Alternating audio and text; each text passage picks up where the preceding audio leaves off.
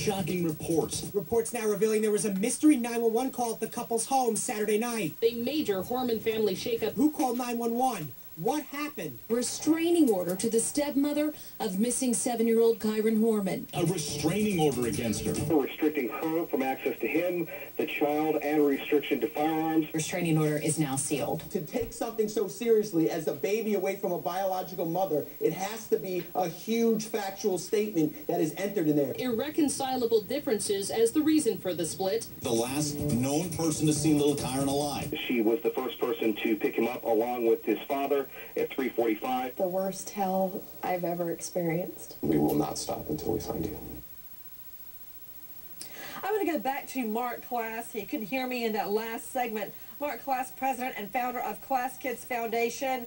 This 911 call, a mystery call, and the police are making it remain a mystery by not releasing it. You and I both know that's typically public domain, but they are saying it touches on the investigation into the disappearance of the 7-year-old boy. So whatever the 911 emergency was inside the home touches on his disappearance.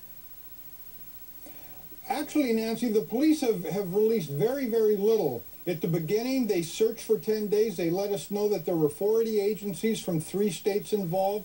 They then said they were shifting from a missing person to a criminal investigation. Apparently, they told the family not to interact with the media, and they've basically released absolutely nothing since then, which leads us all, I guess, to speculate wildly about what might have been going on. We can only surmise from the information we have at hand, which again takes us back to the stepmother. The reality is that 77% of all kidnappings are conducted by a family member. That is reason enough to be focused on her as the last person to see him alive. Mark Class, you probably have these stats at your fingertips.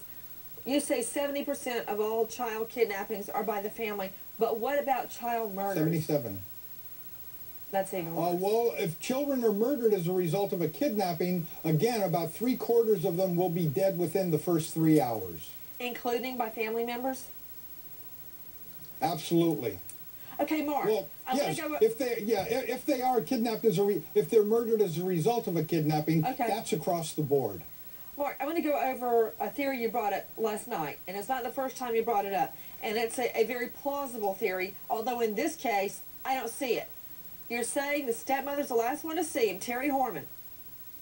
Now let's talk about the possibility that one of these 140-plus child predators were waiting in the wings. Break it down. That's a great theory to just throw out there, to just toss it out, see if it sticks.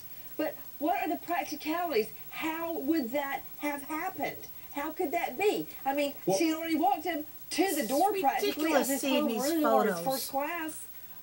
How was this supposed to happen? I have no idea how it happened. But one has to leave open that very, very narrow possibility that something else happened besides the stepmother having done it.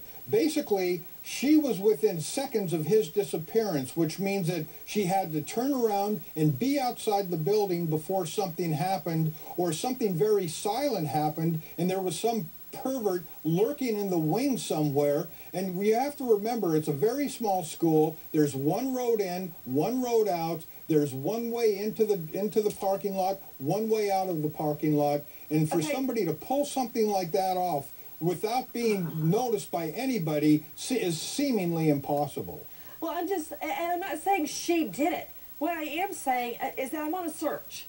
I'm seeking the truth in what happened. Now, with us there at the school, hold on just a moment. Brett, turn on the control room camera immediately. I would like to ask Dana, who's sitting in for Liz tonight, why do you keep showing Terry Horman's bodybuilding photos in bikinis? Dana, okay, we've seen it. We understand. She was a bodybuilder. Unless you can make some kind of a steroid connection, I've seen enough of it. All right. Let's go back to James Pickett. He's there at the school. James, there you go. Take it down, Dana. James Pickens at the school. Have you been in the school? Have you seen where his class was?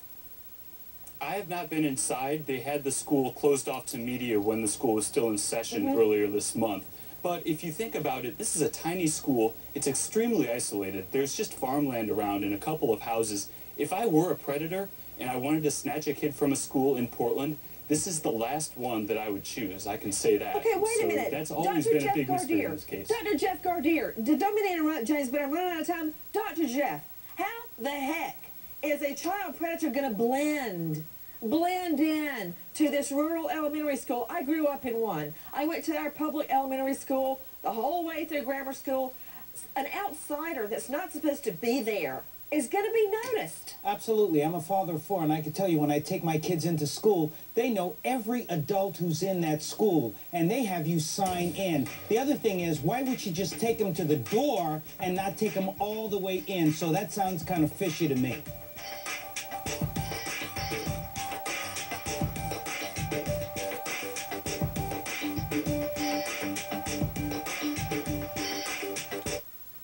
Well, thankfully, Nancy went to the control room because, boy, that was really disgusting. To see Terry Horman's picture up there from 5 years ago, zooming in on her crotch, her butt, her breasts, and then showing Kyron underneath or to the side of her. I mean, it was totally disgusting.